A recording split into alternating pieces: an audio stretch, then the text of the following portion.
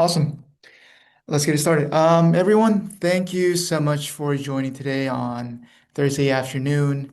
So welcome back to our webinar series. My name is Simon Choi, if we haven't met with HOA Simplified. We host these webinars frequently to provide education and kind of helpful guidance to successfully guide your community.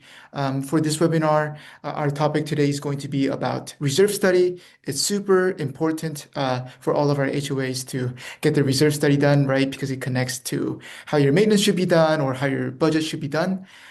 And today, we're extremely lucky to have Brian join us today. Brian McCaffery, Consulting, has performed numerous amount of studies for all types of common interest developments throughout the state of California and around the country. So he has a vast experience, really extensive experience and knowledge in reserve study, and we're super lucky to have him. Thank you so much, Brian, for joining us today. The floor is yours. Okay. Hi, I'm Brian McCaffery. I own a reserve study company called McCaffery Reserve Consulting. And yeah, we've been in business over 20 years now, and we do reserve studies for all types of associations throughout Southern California and a handful of other states as well. So let me share my screen here and bring up the PowerPoint, um, and then we'll kind of get started. We're going to go through I got a little PowerPoint presentation here. We'll kind of go through this, start with some basics. And then once we've gone through this, I'll kind of open up a sample report and kind of walk you through it. And then we can take any questions as well at the end. So let's get started with this. Wait. Sorry, I don't do PowerPoint very often. How do I put this thing to slideshow?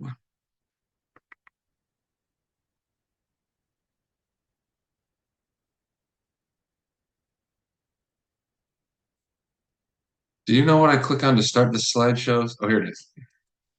You got it. It's been a while since I've done PowerPoint.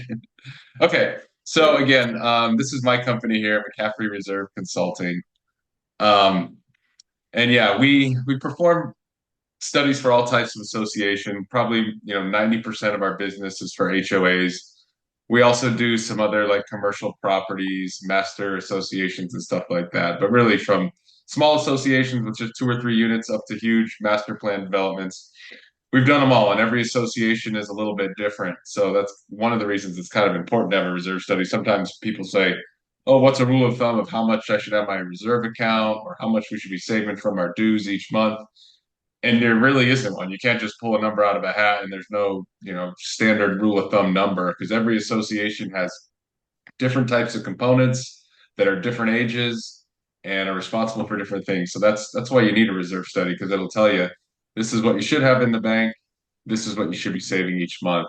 We'll go through the sample report, like I said later, but we tried to set up our report so that it's very professional, accurate, has all the numbers you need, but it's also to easy understand for board members who aren't familiar with these types of reports and property managers that have, only seen a few. You see a lot of them where there's just a bunch of numbers and they don't mean much. So we try to put a lot of tables and easy to understand graphics in our reports so they're easy to follow and useful, for the board when they go through them. We keep our prices typically very competitive. It's usually lower than the competition by a little bit. So, uh, that's something we strive to do to make it affordable, especially for smaller associations who we know everybody's budget is tight these days. And then all of our studies are performed or reviewed by a CAI reserve specialist. I review every report that goes out, and I've had the CAI reserve specialist designation for over 20 years now. And I've got two other guys that work for me that do inspections, and they both have the CAI designation as well. So we've got a lot of experience. We've been doing this for a long time. That's an important thing when you do hire someone is who's going to be going out and looking at the property, how long they've been doing this, what's their experience doing reserve studies. And in our case, like I said, well, my inspector who does the report has years of experience, and then I review them all as well and do the funding plan. So you're getting two reserve specialists going over your report and making sure everything's accurate. Okay, so we'll kind of start with the basics. What is a reserve study? A reserve study is basically it's a detailed 30-year plan for homeowners associations where you say, okay, these are all the common area components that the association is responsible to maintain. And then basically what we do is we project out what your expenses are going to be over the next 30 years. So every association, like I said, has a little bit different components, but typical things are roofs, painting, streets. You might have a little clubhouse, pool, hot tub, but anything that the association is responsible for, as opposed to the individual homeowner, should be included in the reserve study. And anything that's going to need to be either repaired or replaced over the next 30-year period is what's included in the report. So um, basically, you project out each of the next 30 years, you give every component a useful life, a remaining life. So this is, you might say, a roof typically lasts 20 years. This roof's 10 years old. So the useful life is 20, the remaining life is 10. And then you project what it's going to cost in current dollars, project that out into future and inflate the cost going forward.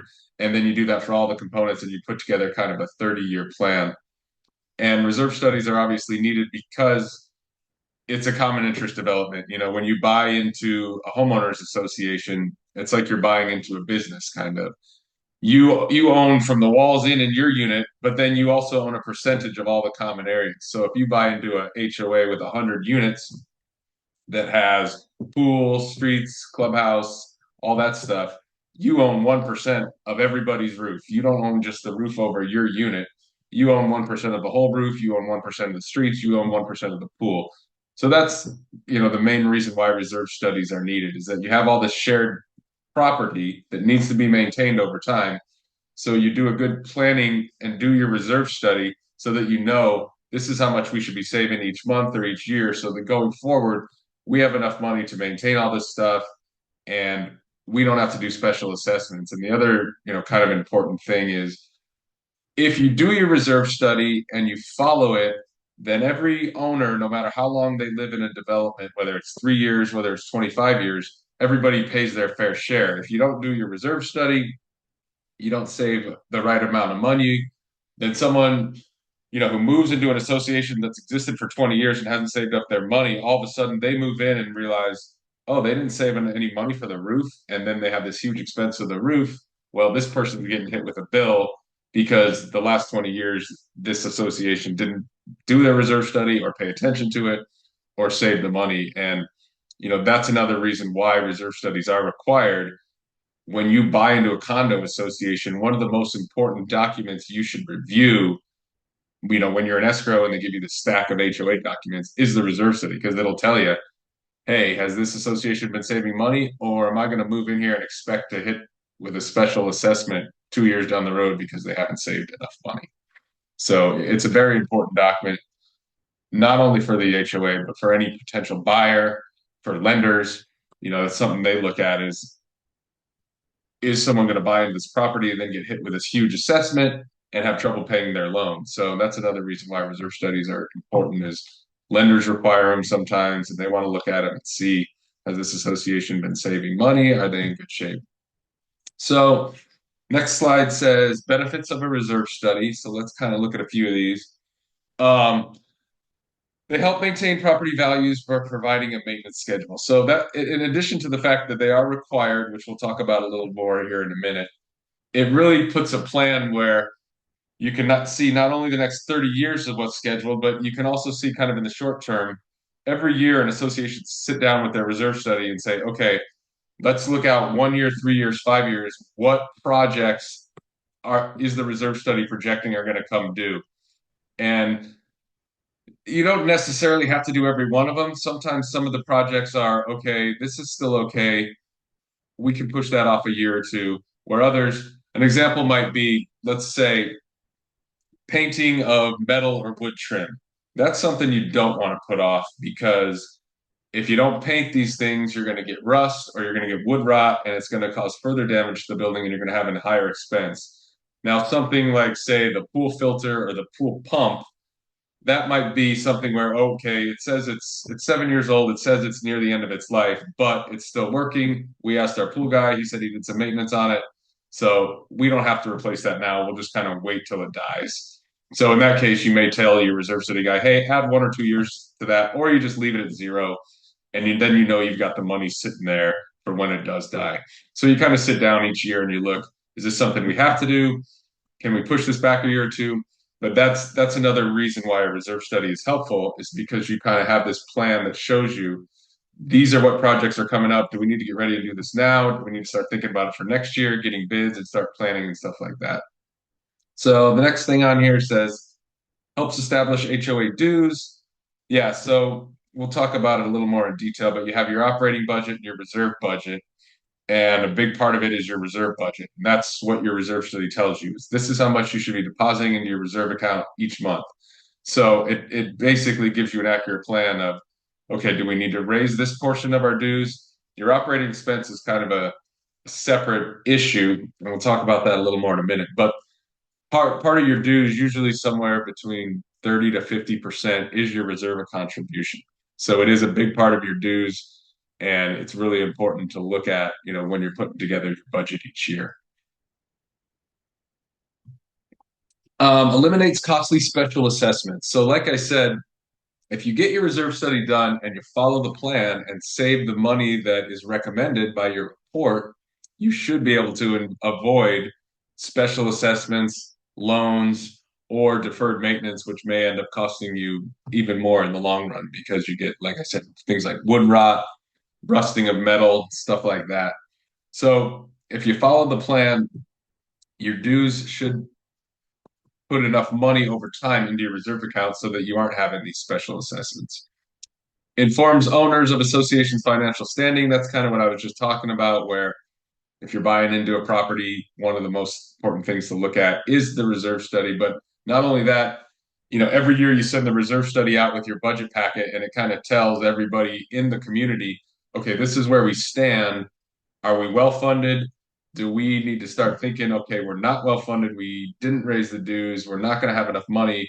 Our roof's going to come due in a couple of years and we don't have the money. So then you have to start knowing and realizing, hey, I should be expecting a special assessment a couple of years down the road because we don't have enough money. And the last one on here is what I just talked about. Assures each member contributes their fair share towards the cost of common area expenses. Okay, so typical common components, I kind of touched on that, but there's a couple more on here. Fencing and gates, you might have walls around your property, landscaping. So there's some items like landscaping that are going to kind of fall in both sides of your budget. So talk about operating versus reserve budget. The operating budget is any expense that's either monthly or annual that's going to be uniform and going to be about the same every year. So things like insurance, maybe trash pickup, water, all that stuff that's constant ongoing expense and it's going to be about the same. Those all go in your operating. Reserve budget is for larger projects that happen, maybe every 5 years, every 10 years, or every 20 years. So things like painting the building, you might do that every 5 years, you might do that every 7 years, whatever it may be.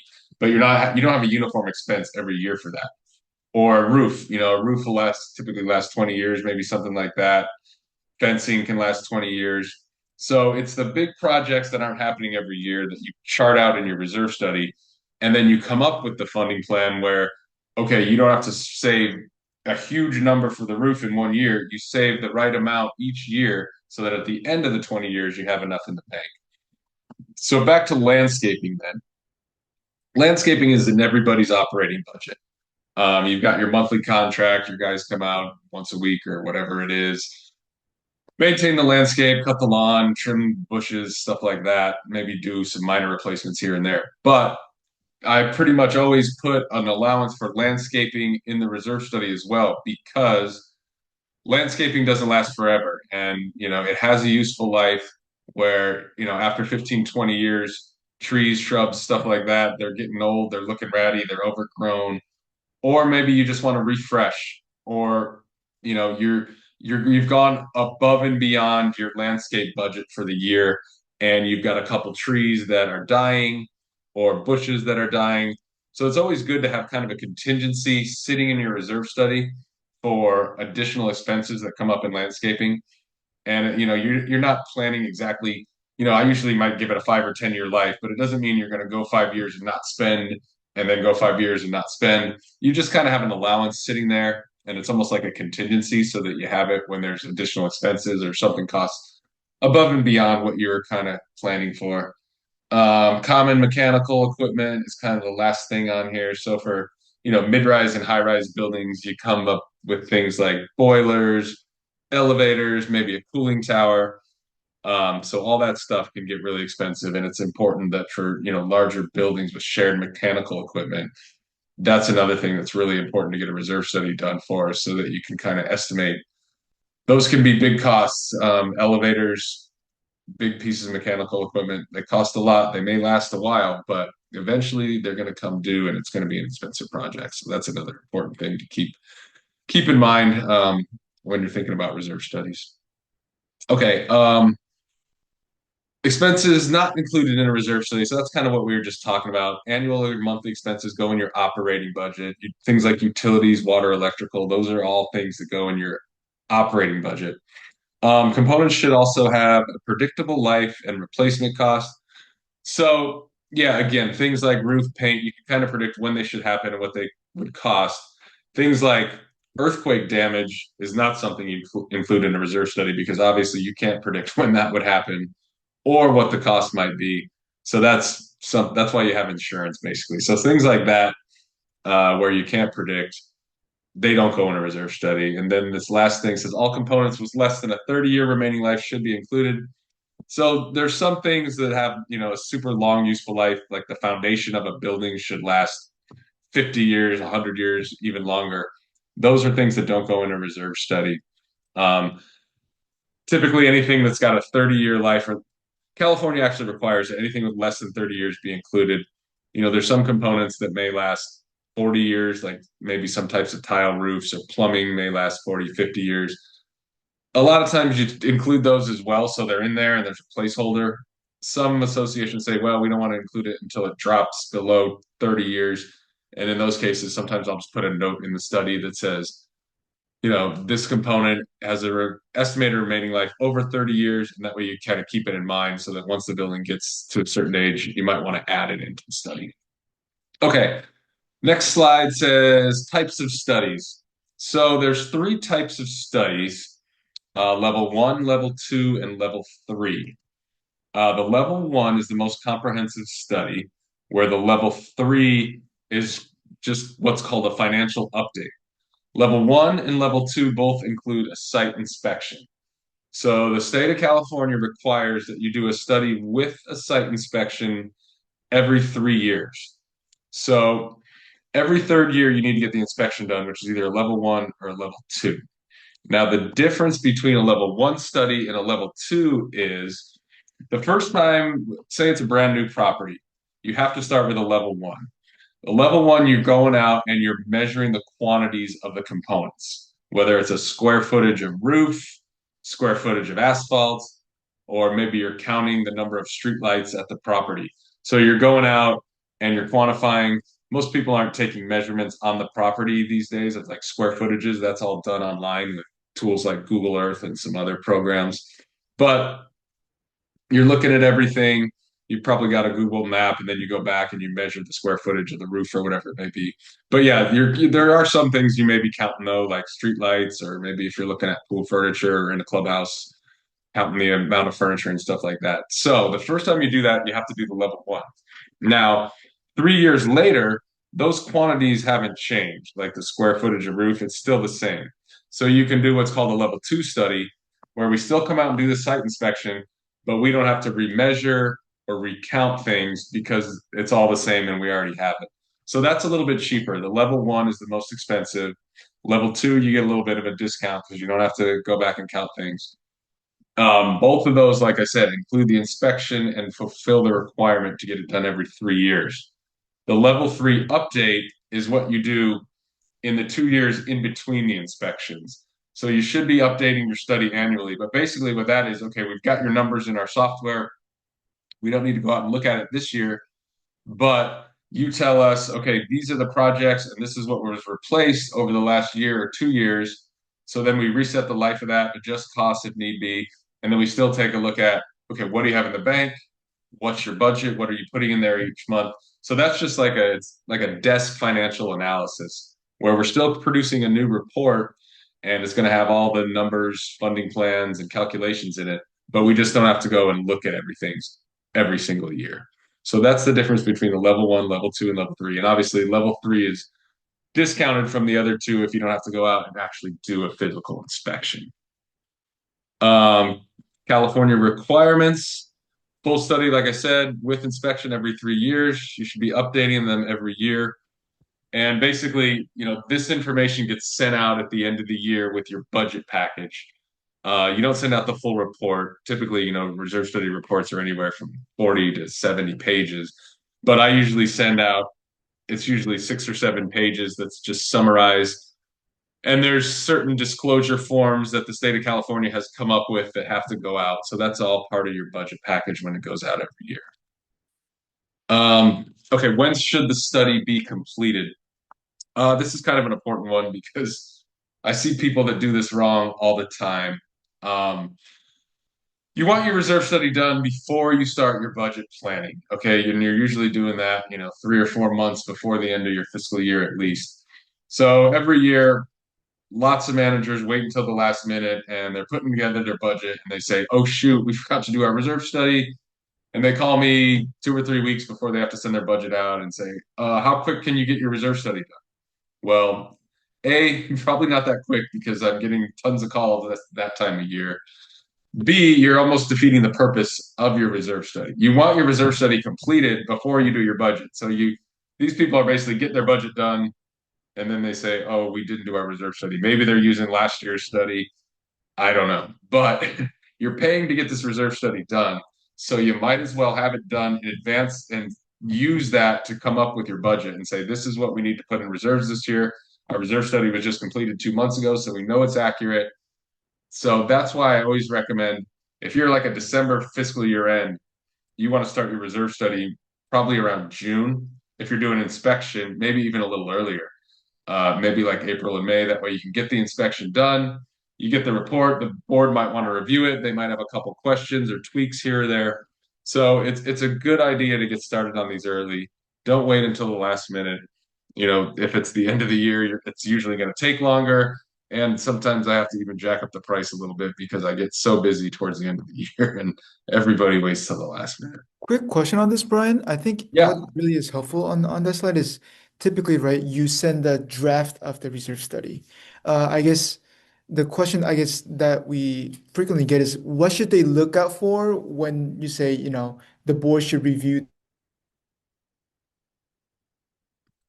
Oh, I think we lost him, but I think I know kind of what he's asking. So yeah, we send to your management company a draft report initially. Um, and then the board should review it and there'll be a component list, which we'll kind of go through on the sample report later.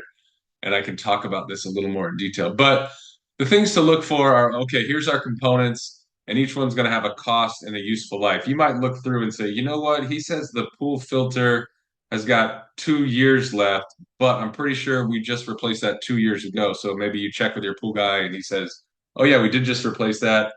A lot of people, sometimes they'll just take my reserve study and pass it along to their pool guy, and he'll look down the list and say, oh, you know what? The pool heater, it's about to die. So reduce that life from 3 to 0, etc. So those are kind of the things. Or you might look at the reserve study and it says, okay, we're due to paint. He's got X number of dollars budgeted for the painting. So we want to know exactly what it's going to cost, though. So let's go out and get 3 bids. So then you go out and get 3 bids, and maybe I'm sure anybody that's on a board knows the prices are going to vary, but you look at it and say, our prices came in a little lower or a little higher than what you had in the report. So we want to adjust this number up or down. So those are kind of the things that you might look at after a draft report, um, and come back to me with feedback and say, we want to tweak a couple things here. And that's why I send the draft initially so that the board can look at it and review it. Okay. Next thing here is percent funded calculation, and we'll kind of look at this um, when we look at the sample report. But kind of the most important number in a reserve study is the percent funded. It's almost like a credit score for an association. So you fall somewhere between 0 and 100% funded. Um, the higher your percent funded, the better off you are with, 100% funded being the ideal situation. You can still hear me, right, Simon? My picture's gone. Yeah, you got me. Okay, cool. Let's take an example here of how you calculate this percent funded number. So this one's a pretty simple example. So say you have a boiler that has an estimated cost of 10,000, and it's got a 10-year useful life. So basically, this boiler we expect to last 10 years, and at the end of the life, it's going to cost $10,000. So what you should be doing is saving $1,000 each year so that you have $10,000 at the end when this boiler needs to be replaced. Um, so in this case, basically what I'm this in this example, this association, their boiler's 6 years old, so they should have saved up $1,000 for each of the 6 years, and they should have 6,000 in the bank. In this case, this association only has 5,000, so they're 83% funded. When you divide 5,000 over 6,000, you come up with that 83%. So what we do is we do that for every single component and then sum it up, and that's what gives you your percent funded for the whole association. And that's where we come up with that kind of like credit score. And I'll talk about that a little more when we get to the sample report as well. So then percent funded, like I said, you fall somewhere between 0 and 100. If you're above 70%, that's considered well funded. If you're below 30%, that's considered poorly funded. So, and then if you fall somewhere in the middle, you're considered fairly funded. I try to recommend in my reports funding plans where it gets you up over 70% and you're considered well funded. But yeah, when you pick up your reserve study, that's kind of the first thing you should look at is what is this association's percent funded? Because it's pretty much the most important number in the study. It's kind of like a credit score. If you see they're above 70%, they're doing pretty good. If you see they're below 30, you know they're not doing so well and they either need to increase their dues or maybe plan for a special assessment. The last one says reserve study cost sources. So what this is we're kind of saying, how do I come up with my cost estimates? For the most part, like I said, I've been doing this for over 20 years. One of the first things we ask for when we get a new association is send us any history for projects that you've done. So, an association might say, we just had our roof replaced 3 years ago. We still have the contract for that. It cost X number of dollars.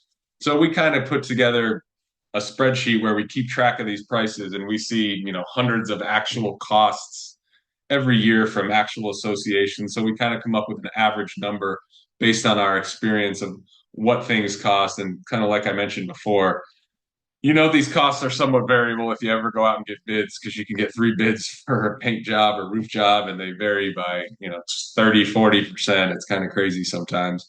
So, we try to make them as accurate as possible, but it's almost impossible when you got 20 items in a reserve study for everyone to be accurate as far as exact cost or exactly when it's going to need to be replaced.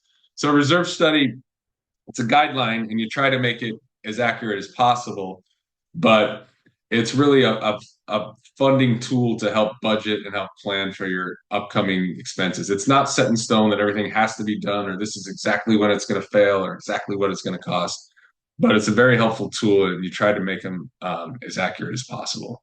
So yeah, we estimate costs and then as well, like I said, a lot of associations, they'll keep track of their projects when it's done and every year they'll provide that to us. Or like I said, sometimes they want a little more feedback and they'll look at the study and say, this project's coming up in a year. Let's go out and get actual bids so we can start thinking about vendors and make sure we have accurate costs and stuff like that.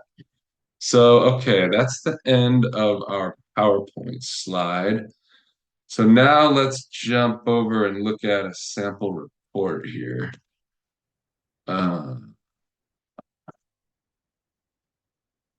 Okay. Okay. So here's a sample report. And if you want to look at this more in detail, you can always go to my website, which is right here. And you can look I at can see your these. screen here. Oh, right. Oh, there we go. We got it. You got it? Can you see Yeah. it? Okay, cool. Um, but yeah, there's a lot of information, useful information on my website too. So if you want some more information, you can go and look at this sample report. There's a bunch of other frequently asked questions and stuff like that on my website. So let's kind of start here on this page of the sample report. This is the theoretical 30-year funding plans. And what this is it basically projects out over the next 30 years what this association's percent funded is going to be. And like I had mentioned, above 70 is well funded, below 30 is poorly funded. So what we do is we kind of color code these funding plans to kind of make it easy to see where you're trending and where you're going. So in this case, this association is 78% funded currently. So they're in good shape. They're well funded. Um, each of my studies includes multiple funding plans. So there's a current funding plan, then there's my recommended funding plan, and then there's what's called this threshold funding plan. So you can see this association is in pretty good shape for the next few years. They even go up a little bit. They get to 80% funded. But then in the future, they kind of start to trend downward where they get down below 70% and then they're fairly funded. And at the end of the 30-year period, we have them projected to be 41% funded. So they're in good shape now, but they kind of should be aware that they're trending in the wrong direction. And if they kind of continue on this course, they're going to slowly decrease their percent funded over time. So this association was contributing 57,600 to their reserve account each year. My recommended plan was to increase that from 57,000 to 69,000. So a slight increase, but you can see that in my recommended funding plan, their percent funded trends upward and they eventually get to 90% funded and even up to 100% funded, it looks like about 20 years down the line. So in this case, you can see they stay well funded for the whole 30-year plan. And at the end of the last 10 to 15 years, they're right up around 100% funded, which is the ideal situation. Um, the last funding plan here is the threshold plan. What this is, it's a minimum funding plan where at some point your percent funded is going to drop to 5%. So this is not an ideal situation, but there's a lot of associations out there that unfortunately are poorly funded, and they're kind of looking for what's the minimum plan where we're not going to drop below zero, because that's the case where you drop below zero, that's when you need a special assessment. You've essentially run out of money. So this funding plan is kind of a minimum plan with a little bit of buffer. So you're going to have a little bit of money at the end, 5% left. So you shouldn't need a special assessment, but you also want to keep in mind if you're using a funding plan like this, where your percent fund is very low, and all of a sudden something fails early or it costs more than we had anticipated, that overrun could cause you to have to go to a special assessment. So my report also has additional funding plans here where you can kind of say there's 6 different levels here. And so let's say you would say, okay, 5 years down the road, our target is to be 75% funded. So you can go here and kind of say, okay, 76% funded, let's use this funding plan this year. So these are kind of the helpful tables and tools that I kind of told you are in the report, where you can kind of plan and budget and say, okay, we're 50% funded now. We want to get up to 65 in 3 years or 5 years, whatever it may be, and start to trend upward. That's what's really useful in these tables. So let's go back now and just kind of look at the component list here. This is another thing that I was kind of saying is important to look at when you get your report. So these are all the components and they're split up into categories. Where did they go? Okay. So let's just take a look at the first one on the list here as an example. So the first category is roofing. The first component is flat roofing. So in this case, there's 8,000 square feet of roof. We are anticipating this roof is going to last 16 years, and the remaining life is 5 years remaining. So basically, this roof is probably 11 years old, and then the total cost for 8,000 square feet of roof is $7 per square foot, and that's how we come up with our total cost. So then that percent funded calculation that we were talking about before. So basically, here's that fully funded balance for that roof. So since the roof is 11 years old, you should have accumulated you should be saving the depreciation this year is $3,500 a year. So 3,500 each year, and then at the end, you'd have enough to replace it. So in this case, the fully funded balance for that roof is 38. So if you had saved that 35 over 11 years, you'd have this 40,000 in the bank and you'd be in good shape 5 years from now. If you keep saving this money, you're going to have enough money in the bank. So then basically what you do with that fully funded balance is you sum it all up and you come up with a total fully funded balance for this association. So when we sum all that up, that number is right down here. That's the 282,000. So now let's go back to like the executive summary and we'll find that number again. Okay, so here's that number again. So this association, if they had saved the right amount of money for all their components over the life of the property, they'd have 282,000 in the bank. What they actually have is 221,000.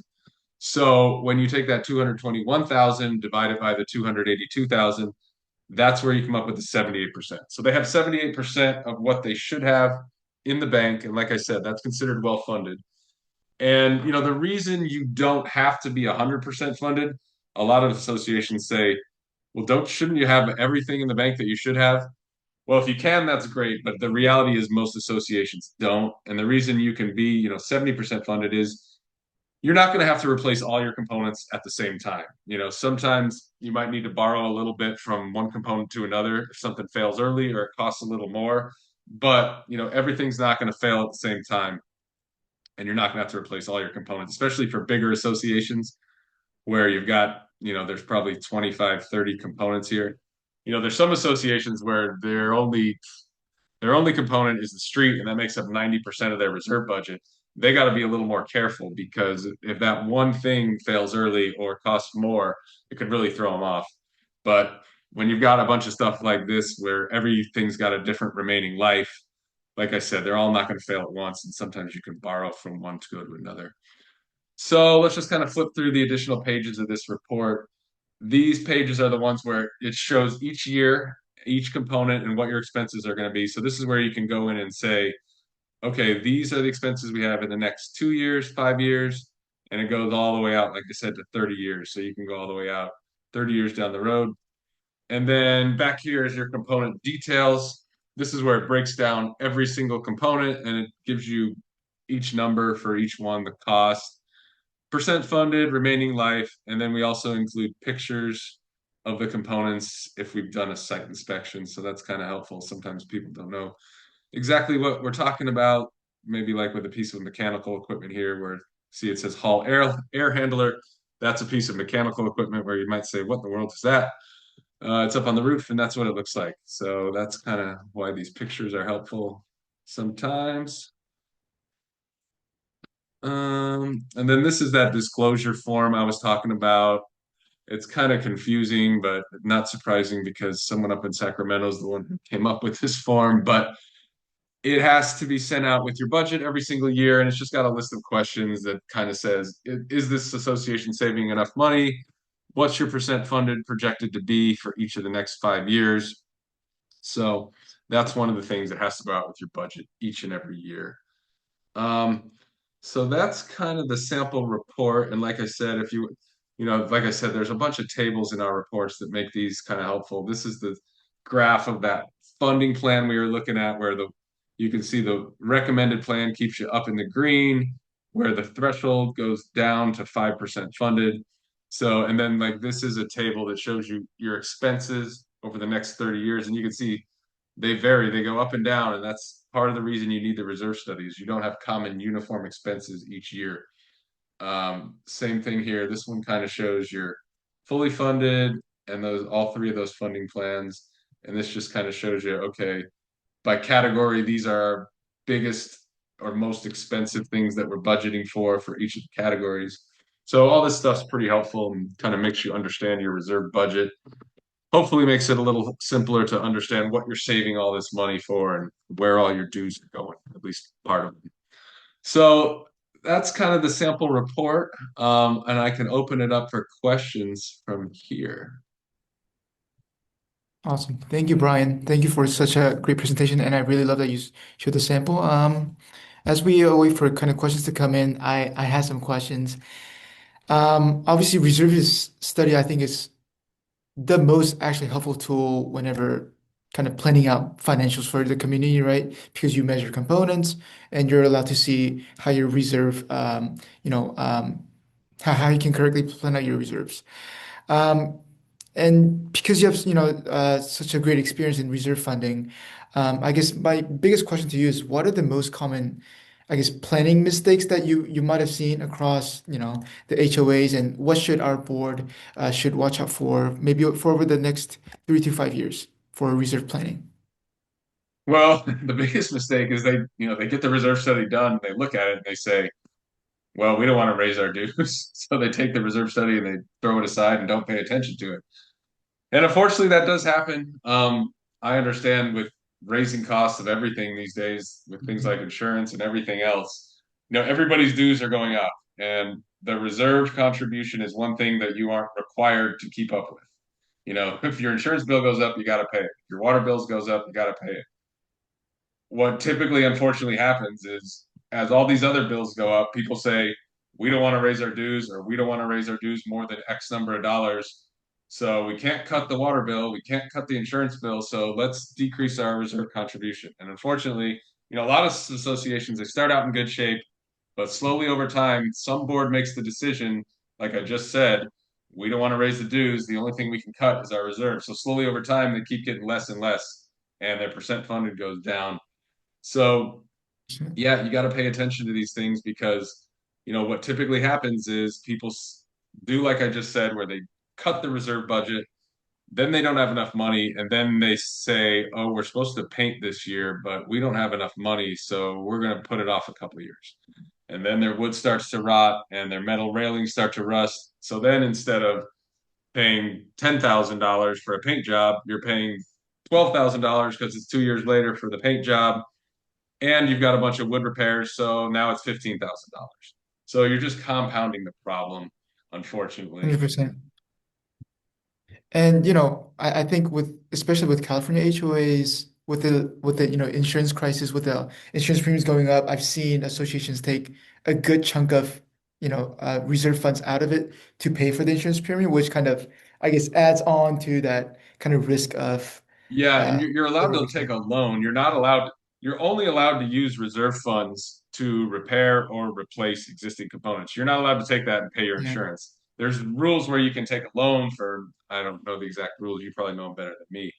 But yeah, you could borrow from your reserves in certain instances, but no, you can't say, "Oh, we don't have enough for operating expenses. We're just going to take from reserves."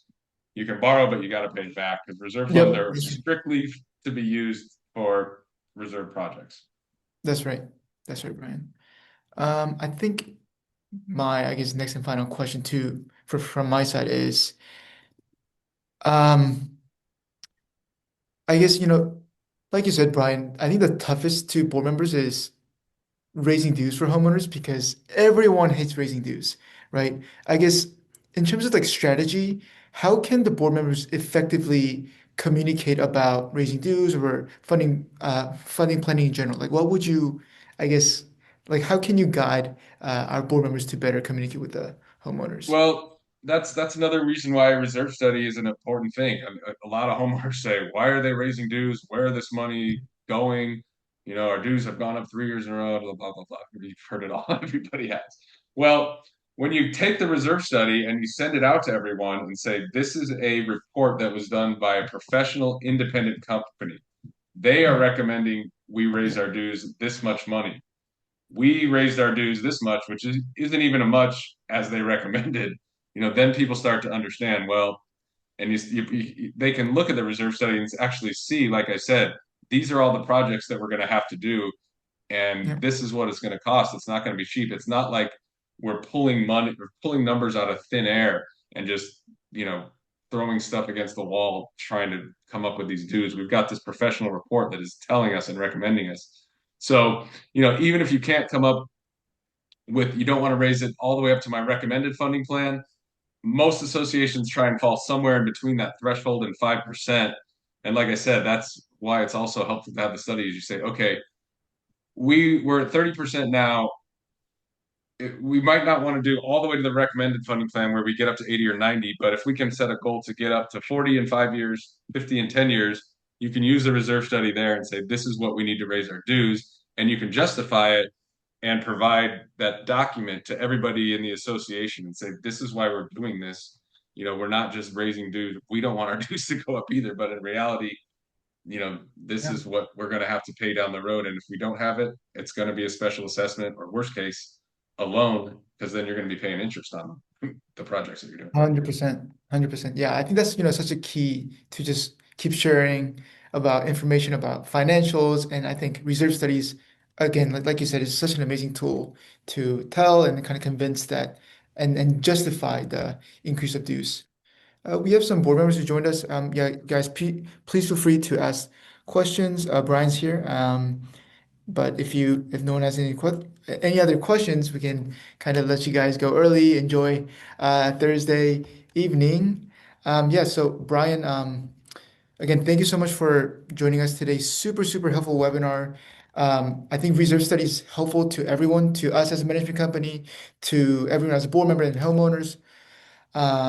So yeah, Brian, any final words before we close this webinar off? No, I don't think so. I think Simon, anytime you've got questions about reserve studies, you're welcome to give me a call. And same with your board members. You can give them my email address or they can even give me a call if they have questions. So, Awesome. all right. Yep. Thank you everyone for joining us. Thank you, All right. Brian. Have a good evening, everyone. Bye bye.